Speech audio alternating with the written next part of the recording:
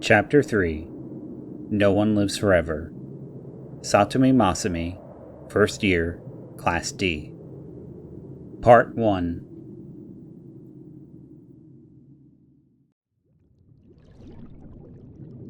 First-year student Satomi Masami first fell in love when he was 15.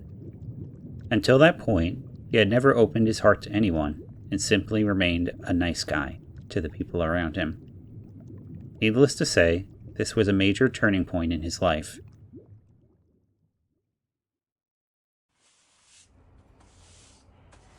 Satomi-kun, you free Sunday? Asked his classmate, Kusatsu Akiko, shortly after the start of the second term as they were performing their after-school cleaning duties. No plans to speak of. See, Sachiko has some free movie tickets, and she said that we should all go together. Akiko had dark skin and high cheekbones. She looked at Masami, waiting for an answer. We? Masami asked, leaning on his broom. This lowered his face to her line of sight. He was tall, with a face that had just enough charm to get him compared to pop idols. But it was always a different person each time, never fixing on one resemblance. You know Sakamoto-kun from Class F? He made a pass at Sachiko and got the tickets, but she's a little nervous about going it alone. So, you need a disciplinary committee member as an escort. I know Sakamoto-kun pretty well, and I don't want to drag his feet. Oh, you don't need to. Well, maybe you do, Kusatsu Akiko said, smiling weakly at him. She was pretty forthright with everyone else but Masami, but she couldn't contradict him directly because she was in love. Masami was well aware of this, and privately, he was annoyed by it, until now. But if you just want me to tag along, fine. Not like I've got anything better to do. If we run into the guidance teacher on patrol, I could probably talk us out of trouble. Kusatsu Akiko's face brightened. Really? Well, the truth is, Sachiko's secretly pleased that Sakamoto-kun asked her, so I don't think you'll need to intervene. Whatever. They both laughed. You could never call Kusatsu Akiko a good-looking girl, but when she smiled next to the far more evenly featured Masami, she gleamed like a still image from a soap opera.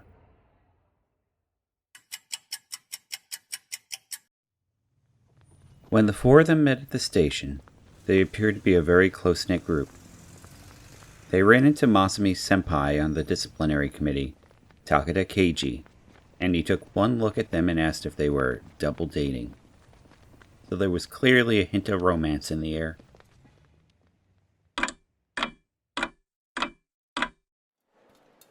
The movie was a big Hollywood action movie, part 3 in a series, neither harming anyone nor doing anyone any good. The only part that Masami enjoyed was a bit where a minor villain was shot in the chest and knocked over backwards. His arms were flung out to the sides, and he slid backwards like a figure skater. In Masami's eyes, he looked light and free.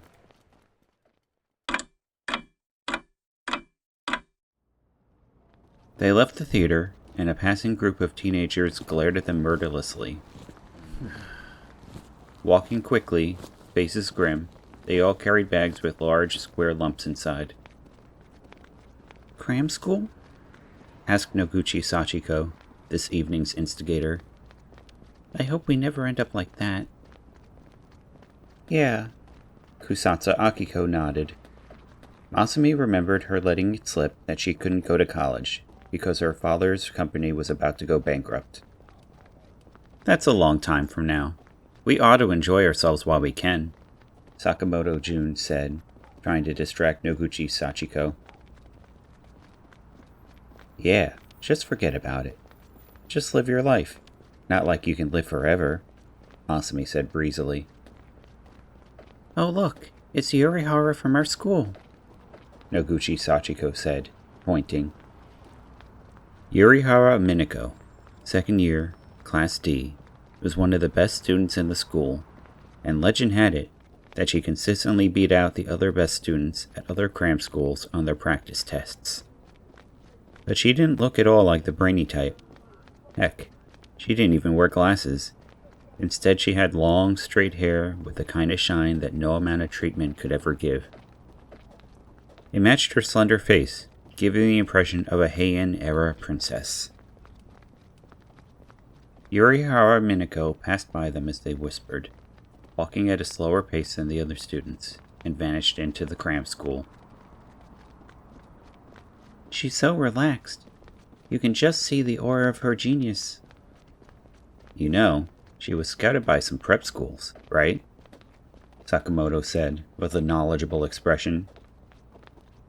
Really? They can do that? From the fuss they made, you would have never thought they were talking about a senpai. All the while, Masumi remained quiet, smiling to himself. He didn't even glance at Yurihara Minako. They had promised not to let their eyes meet in public. Anyone up for karaoke? There's a place near here with a great track list, Kusatsu Akiko said brightly. She was in a good mood, now that she was out with her beloved Masumi.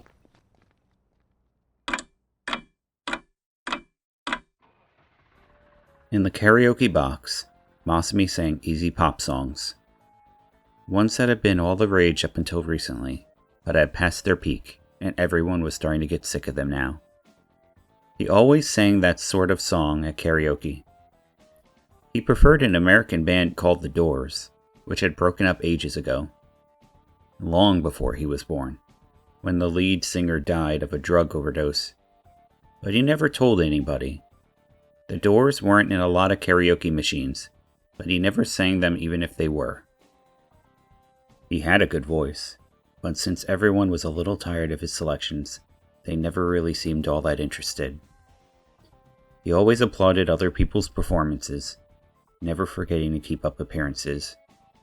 He never stuck out, was occasionally a little scorned, but he never made anyone jealous, and no one ever realized that he was keeping them at a distance.